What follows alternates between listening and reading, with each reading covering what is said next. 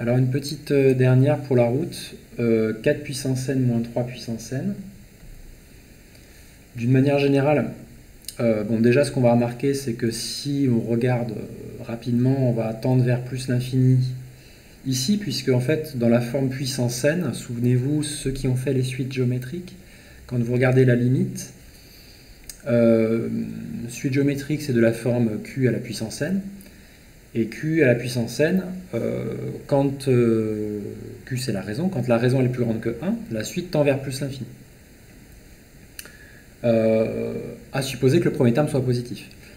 Mais là ici dans ce cas-là, ce qui est sous la puissance est plus grand que 1, donc la suite 4n tend vers plus l'infini, idem pour le 3n, mais comme il y a un moins devant, ça fera moins l'infini, donc on a une fi.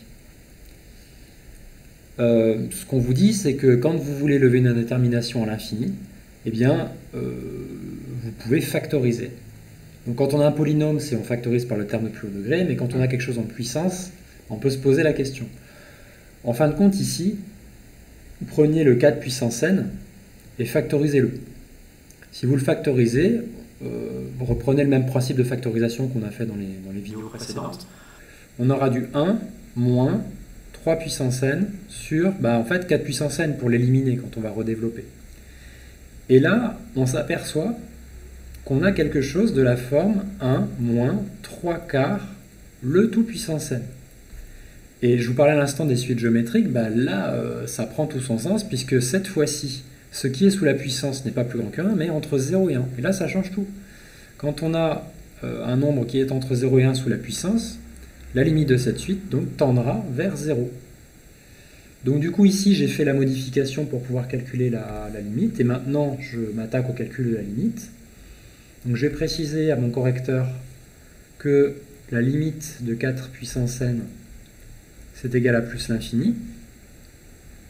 On peut rajouter car 4 est plus grand que 1, et donc en référence aux suites géométriques.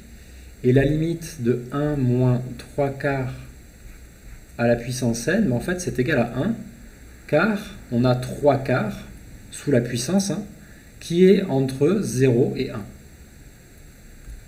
Et lorsque le nombre sous la puissance est entre 0 et 1, et bien en fait on a une limite qui tend vers 0.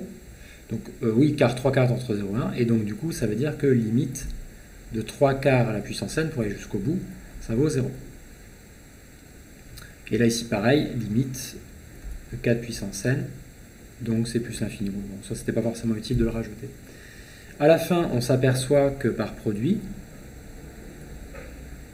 la limite de un, ça va donc être plus l'infini fois 1, donc c'est-à-dire plus l'infini.